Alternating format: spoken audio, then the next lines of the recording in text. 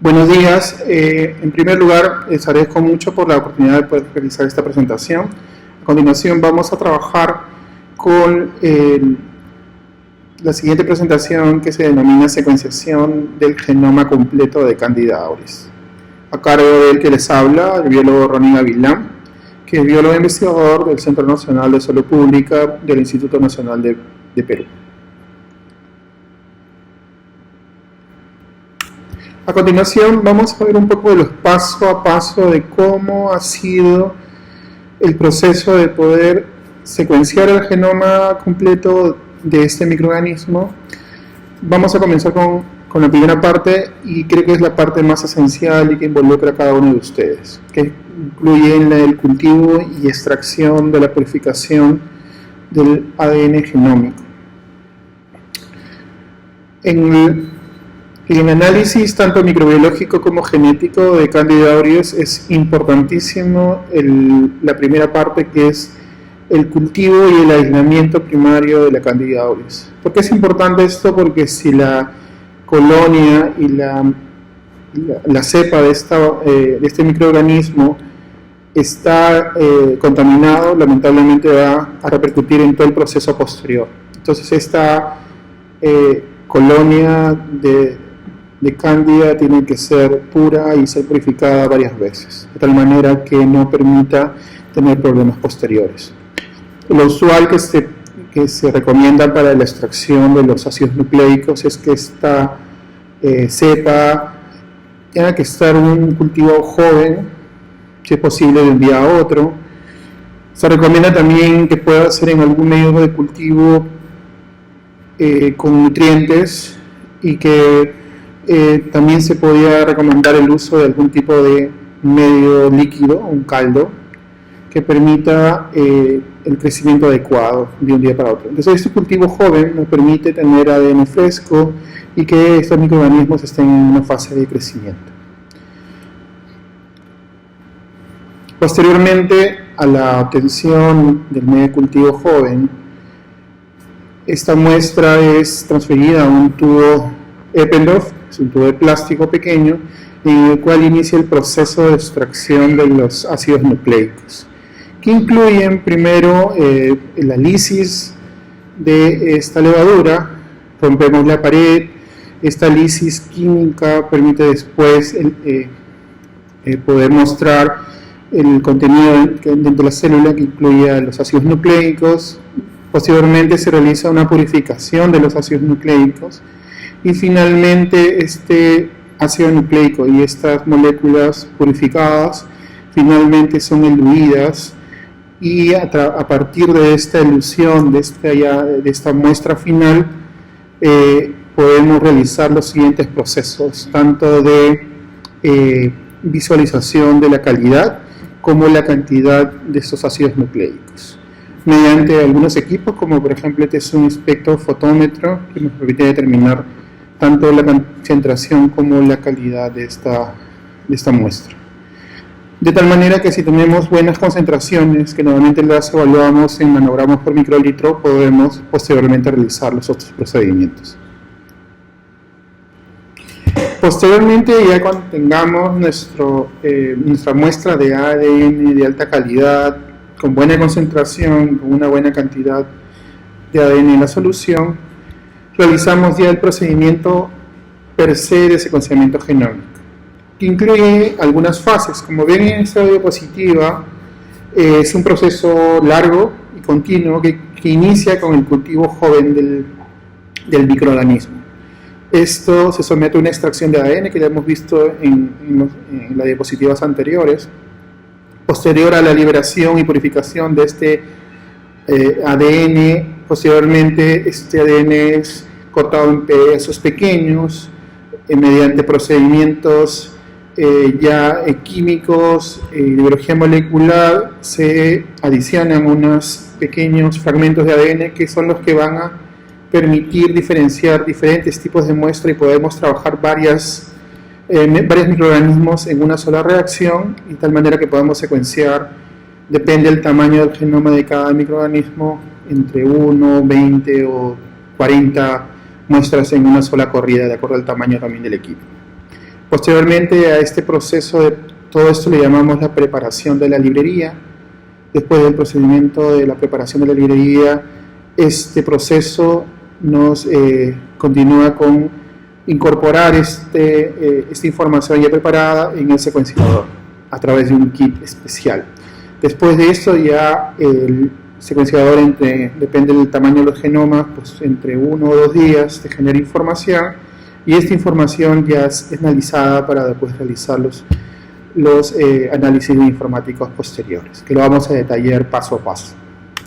Entonces, como les comentaba, el secuenciamiento mediante la tecnología de Illumina se basa en poder realizar diferentes procedimientos para diferentes microorganismos. Dependiendo del tamaño de los genomas, podemos incluir varios genomas en una sola muestra, y para esto necesitamos adicionar en el proceso de realización de la librería unos adaptadores especiales que nos permiten diferenciarlos posteriormente. Después del secuenciamiento, estas secuencias que se obtienen son organizadas y distribuidas en grupos, de tal manera que podamos conocer cuáles son las secuencias de cada una de estos microorganismos, y finalmente el análisis.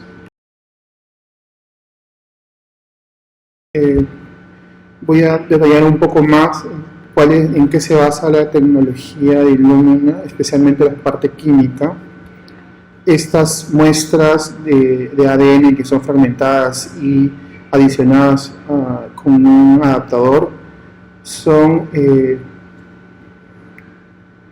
incluidas en el equipo. El equipo tiene un pequeño chip. En este chip normalmente están cubiertas con unas pequeñas moléculas de ADN complementarias a estos adaptadores que hemos introducido en nuestras secuencias. Estas moléculas complementarias van a unirse a estos fragmentos que hemos obtenido de este microorganismo, y posteriormente, mediante procesos cíclicos, van a ir amplificándose y van a ir mostrando los diferentes nucleótidos que están componiendo estas secuencias, de tal manera que es un proceso de diferentes ciclos. Normalmente son entre 300 a 600 ciclos, depende mucho del kit que trabajemos, y de tal manera que podemos generar fragmentos de entre una máxima cantidad de 300 pares de bases. De tal manera que con este proceso podemos secuenciar millones de fragmentos pequeños de los microorganismos, y después estos fragmentos son ordenados y organizados en grupos de acuerdo a los microorganismos que hemos trabajado, y finalmente se realizan ya procesos bioinformáticos para poder ensamblarlos y saber cuál es la composición completa de estos fragmentos. El proceso de secuenciamiento no es un proceso estático, es un proceso dinámico, va cambiando, hay diferentes etapas dentro del secuenciamiento. Uno de los, probablemente, los pioneros es el secuenciamiento por Sanger, que es el que se ha utilizado durante los últimos 30, 40 años. En cambio, uno de los siguientes pasos dentro del secuenciamiento y las mejoras que se han ido trabajando es lo que estamos trabajando ahora, que es el secuenciamiento de Illumina, basados en este procedimiento de síntesis de oligonucleótidos, ¿no? Esta es la segunda etapa del proceso de secuenciamiento desde el punto de vista histórico, y actualmente también estamos ya en otra etapa, que es la tercera revolución del secuenciamiento, que incluye el secuenciamiento en tiempo real, ¿no? Que cualquier molécula que nosotros estamos ingresando dentro de este procedimiento de secuenciamiento se puede observar los nucleótidos en tiempo real, y podemos conocer cuáles son las moléculas que están presentes en estas secuencias de manera muy rápida, y esto está permitiendo un poco la mejora del secuenciamiento y el tamaño, sobre todo de los fragmentos que se secuencian. Ok, después que ya tenemos las secuencias, ya tenemos ya hemos realizado nuestro ensayo de secuenciamiento, vamos a tener un archivo gigante de mucha información con diferentes letras y caracteres que no conocemos. Entonces aquí comienza ya un poco la parte un poco más de análisis propiamente dicho, el análisis de la secuencia. Ahora nos preguntamos qué hacemos, ¿no? ¿Cuál es el siguiente paso? Ya tenemos estas secuencias y muchos investigadores también se hacen la misma pregunta, como ven, y necesitamos ya tener apoyo de otro profesional que se encarga de realizar estos análisis, ¿no? Muy parecido a lo que trabajamos en investigación, son los estadísticos, ¿no? Si tenemos nuestra base de datos y tenemos que hacer los análisis. Igual también en la parte genética tenemos que tener a un profesional, en este caso un informático, que nos pueda apoyar en el análisis, porque ya no son pocos datos, sino son millones de secuencias que son analizadas en un momento. El formato que se obtiene del secuenciamiento es un pedacito, son millones de estos fragmentos. Como ustedes se dan cuenta, están las bases nucleotídicas, pero también hay otros caracteres que son desconocidos y normalmente solo lo puede leer una computadora, ¿no? En el cual nos indican cuál es la calidad de cada uno de estos nucleótidos que estamos obteniendo. Uno es el nombre de la secuencia propiamente dicha, y una tercera línea que incluye la calidad de cada uno de estos nucleótidos. De tal manera que podemos conocer tanto la calidad de todo el fragmento y cada uno de sus nucleótidos. Entonces, de esta manera podemos ir analizándolo. A veces, y bueno, lo que hemos trabajado en esto hace varios años, se podría trabajar de manera manual cada uno de estas secuencias.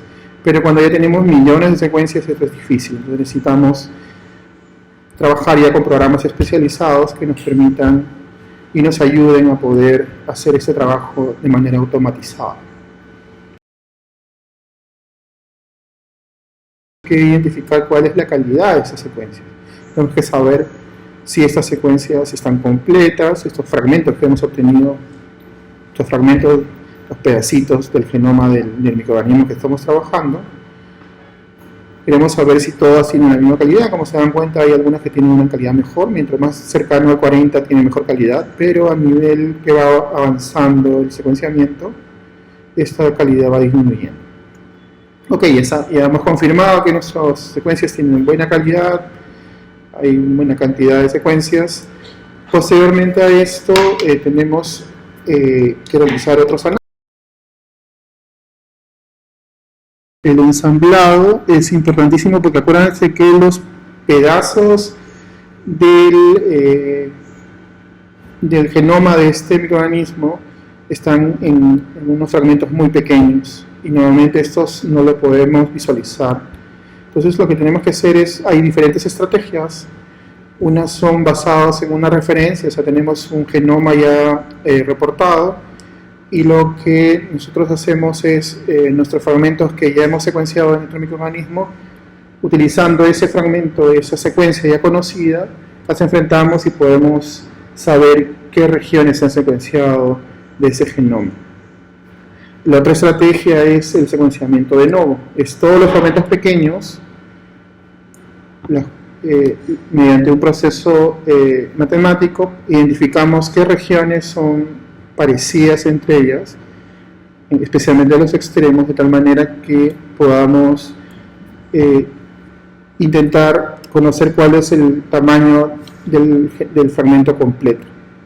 Entonces, mediante este proceso podemos ensamblar cualquier tipo de secuencias de manera automatizada. Esto no es un proceso rápido, es un proceso un poco lento, necesita mucho poder computacional para poder realizarlo, pero permite, especialmente en microorganismos que todavía no están secuenciados y que todavía no conocemos cuáles son sus secuencias o no sabemos cuál es ni la cantidad de información que tiene, nos permite conocer una primera aproximación cuál es el contenido genómico de este microorganismo. Esas son las dos. Normalmente este ensamblaje es aleatorio y por lo tanto generan fragmentos de diferentes tamaños y de manera desordenada. Normalmente lo que hacemos es ordenarlo basados en algún genoma relacionado, y con eso ya tenemos un fragmento, o al menos un genoma, nosotros le llamamos borrador, o un genoma draft. Con eso ya podemos realizar algunos análisis. Como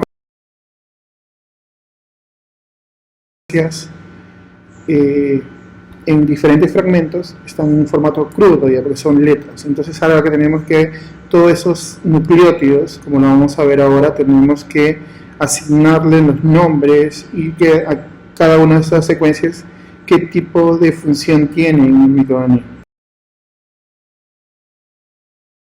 Más o menos como ven ahora, esto lo que están viendo ustedes es un grupo de secuencias de nucleótidos. Entonces, ustedes a primera vista no saben qué significa eso, son letras, un código nada más.